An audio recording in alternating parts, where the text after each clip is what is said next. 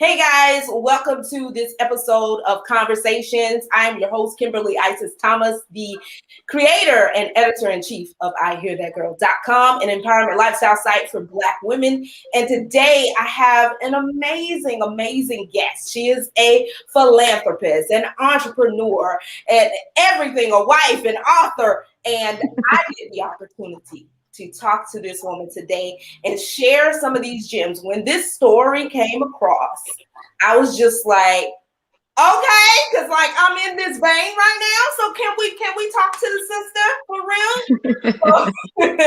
So today I'm so honored to have the opportunity to chat with her about her new book, as well as just her entire journey and on ways to, I guess, free yourself. That's how I felt when I read your notes, girl. Like, free yourself. I think that's what you're doing, is giving people freedom. And so I want to talk about that with you today. That's Tronda G, right? Or G. Are we just saying Tronda and then it's GHI? That's exactly what you did.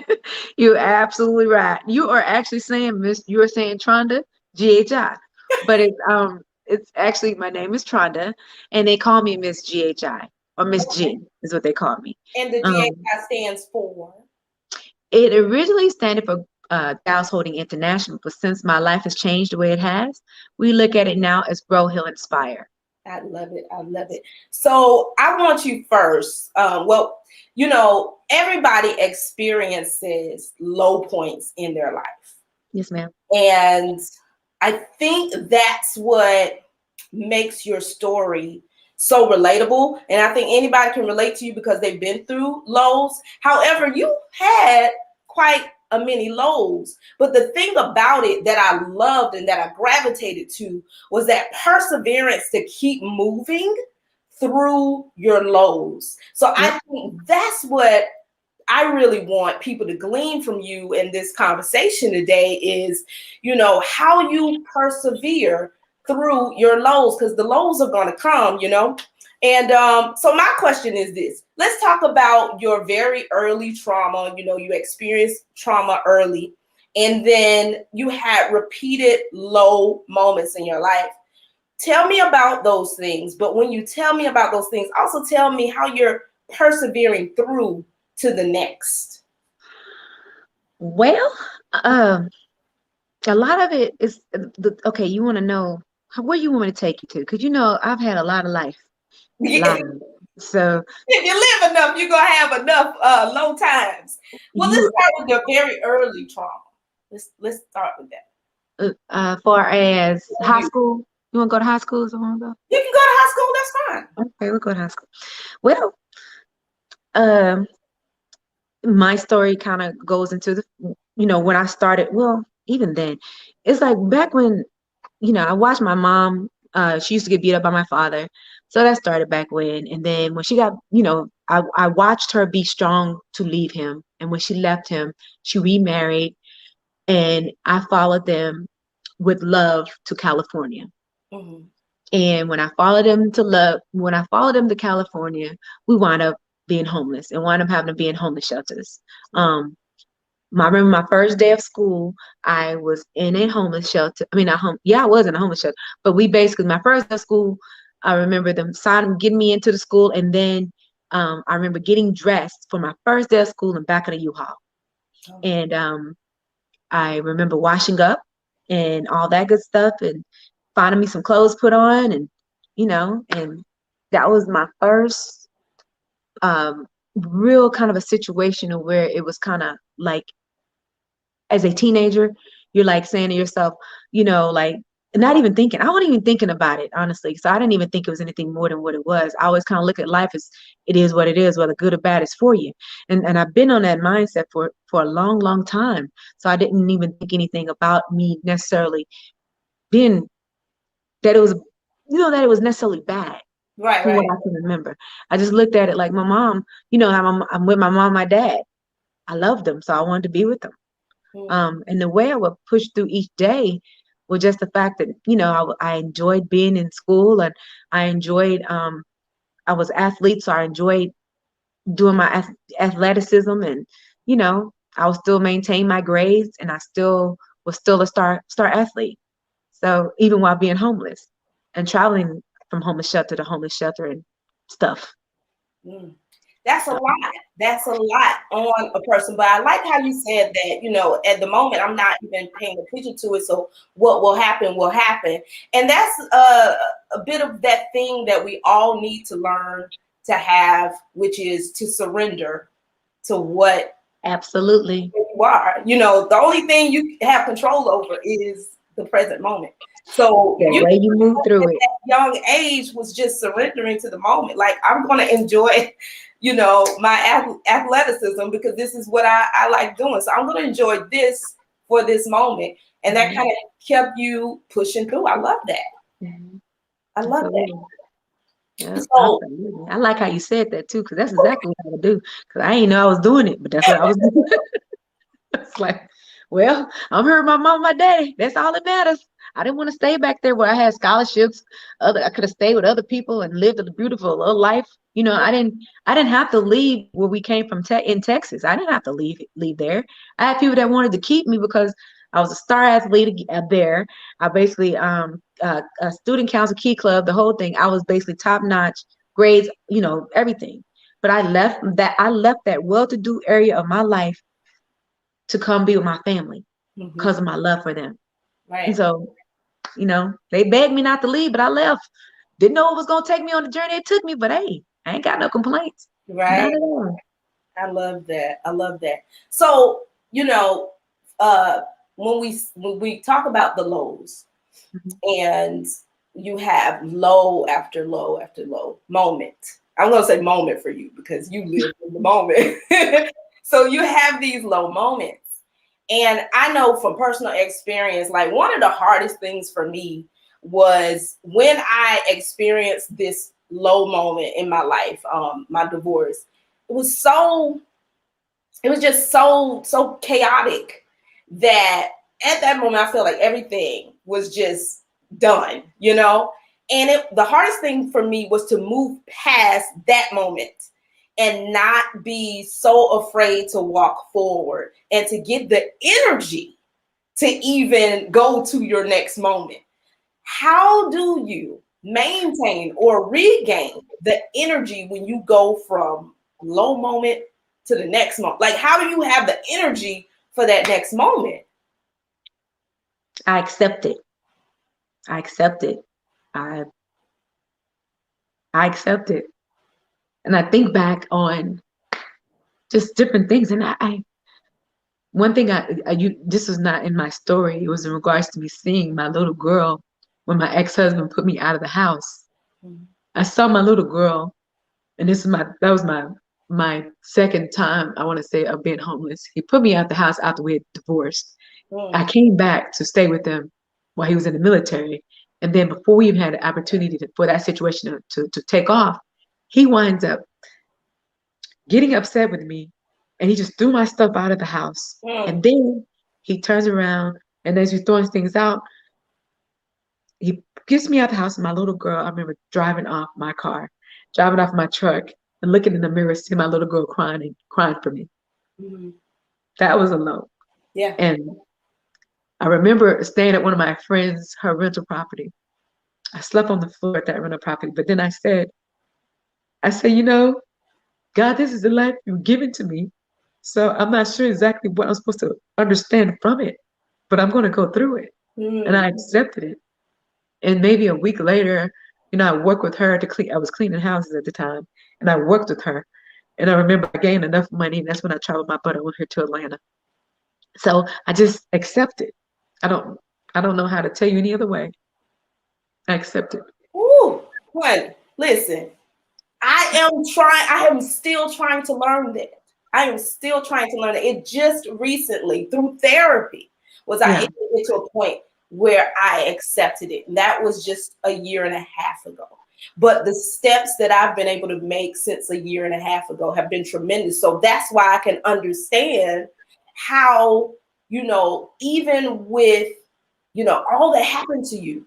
It doesn't take me it'll take me a year to get through it. Take me about a few months, a weeks, but I stay still. I I get mean, through it. it was crazy. Like, I mean, it seemed like acceptance, as easy as it is to say, is the hardest thing for us to do in a situation. But when you do it, the doors just open because And it becomes, you're not stuck anymore. and it absolutely, it gets easier. I've been accepting a lot of life, and you say, I like how you said surrender. I've been doing that a long time, and Yeah. so it's like for me, it's easier, and it gets easier with everything that you go through because now you're actually placing it in God's hands, Mm. and you're no longer trying to worry about what's this next emotion that you're going to feel is going to be like next. It's almost like you're being kind of centered or selfish in regards to that emotion. No more. I'm not worried about that no more. Let's move on. And that's pretty much what how I did it. Like I would basically, and the reason why I thought about that situation then is because again, within a week's time, I was getting my spark plugs changed on an '87 Chevy and all that. I said, okay, put me out. Now I need to figure out what I want to do. And I was going to either go to Atlanta, I was going to go to Miami, or I was going to go to New York. I chose Atlanta because a lot of people look like me, and that's how I wound up here. And I said, look like me, and it was successful. That Right. was the thing. That's That the was the thing. difference. Mhm. I'm telling you, like my spirit was so talk to her as soon as I saw your story because I am still working on the ability to surrender. But even though it wasn't written anywhere in the story I saw on you, I knew that's how you made it through. I Yep. knew it. So I Yeah, was it's like, beautiful. I need to talk to her. She got to get me those keys. But Yeah. you had it early, and it's all about being in the moment, being in the Yeah. moment. Oh, girl, this is blessed. Moments in life. That's what I call it. Moments in life. What are your moments in life? That's actually that's the book I want to if I'm gonna ever write my own story, that's what I want to call it. Moments in life. Yes, please do. Now, do I need to email you every other month? Make sure you. Listen, I'm a lazy one. I love telling y'all this. I'm lazy, lazy, lazy when it Oh, you comes to can't be that part lazy of with my that. Y'all world. people out here in the world need that. You see what I'm I'm like? lazy. So I let God take care of this. If somebody's gonna write this book for me, then bring them here, and then I'll do it And then. it'll come, There and you it's go. going to come to you. So I write that book for you. Come on. So let's talk about that because the law of attraction is real, manifestation Absolutely. is real, and you have a new book, Yeah. the Affirmation Journal. I Yep. love journaling. I love to read. I read 3 to 4 books a month. I Yes. love to read, and especially on higher consciousness. So, can we talk about the power of your words? I tell folks all the time, your words are the strongest weapon that we have. Like it is serious power because it actually creates things. Absolutely. So talk about the affirmation or how affirmations in your life have helped you get as to where you are and what people can expect from using this affirmation journal. Well, first off, the affirmation journal that I created, I don't know if there's anything like it yet that I've seen. I'm pretty sure it's going to be after a while, but it's basically an a journal template. It's Mhm. affirmations you creating. I'm not writing these for you. You're doing them yourself. I'm only giving you a platform, basically. Like I am giving you the I am, and you pulling in the blank. Yes, I'm giving you the joy of, and you putting in the rest of that. I'm telling you something about the universe is what, and you telling me, you telling yourself what the universe is. right, So I give you a word bank, and that word bank has over 200 words in it, and you're able to pull from that to give you some like some jargon or whatever you want to call it. I'll give you some kind of a way of thinking, and you go from there. I don't write these affirmations, you write them yourself. That's first. And the whole thing with it being spoken, by you thinking about, you're processing it. That's conversation. That's a mental break. Those are the words that you're using when you're looking at the words that you're putting on this paper. When you're saying it out loud, I am joy. I believe in the world that I live in. I love whatever that is. You gotta first put it here to formulate that affirmation that you're trying to create for yourself.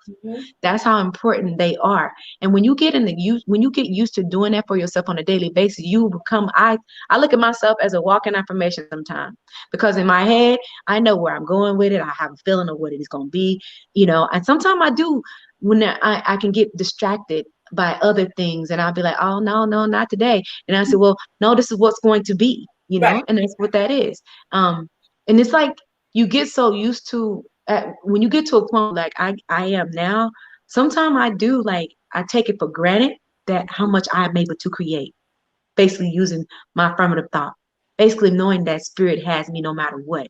When I say spirit, that's my energy that God has put within me. I have the same blood flowing through that Jesus Christ has flowing through him. And if I got that, then I know that I can create the same thing. He made me. And so since he made me, I have his blood flowing through me. That's So right. so it is what it is. So yeah, it's powerful. And Yeah. if you have that and I've been saying this lately, for the fact that, with Jesus, he went through death, he went through tragedies, he went through being, he was reborn. And so you too, the same way, we go through all of these same things that he went through. We just, on a different plane, have let this world tell us that we're supposed to feel this way, that we're supposed to hold this energy in. And when you're doing that, you displace what your God-given innate ability is, and that's to create a higher and a better life for yourself. Because you got to stop looking at it as though, oh, woe is me. It's no more, no woe is you. Stop being sorry. Stop feeling sorry for yourself, and look at your world for what it is. If you truly believe who God is, Exactly. Like, get out of the victim mindset and, stand in the power of who you are. If you believe who you If you believe, that's the thing. If you believe, that's what I say. It's like when I was homeless, I never told nobody to be like, look at me, I'm homeless. Right. Oh, pity me because I'm homeless. That was never that conversation. Hell, you didn't even know I was homeless because I wasn't telling you about it. No, not at all. It was not going down because that was my life, but it wasn't really my life because I knew better. I was like, I don't know when it's coming, but it's coming. I don't know when it's coming, God.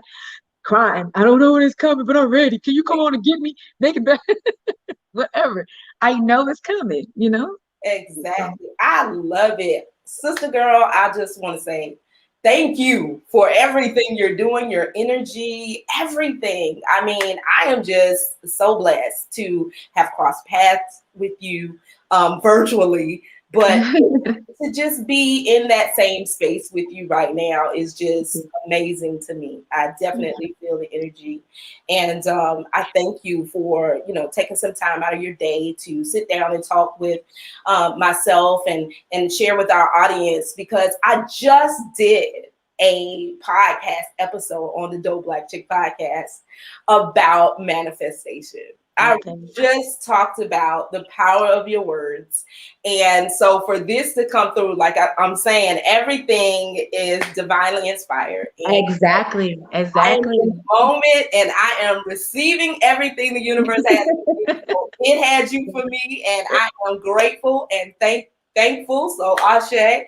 And so I just want to say thank you. Do you have anything else you want to share with our audience before we, close the interview? Man, stay inspired in your journey.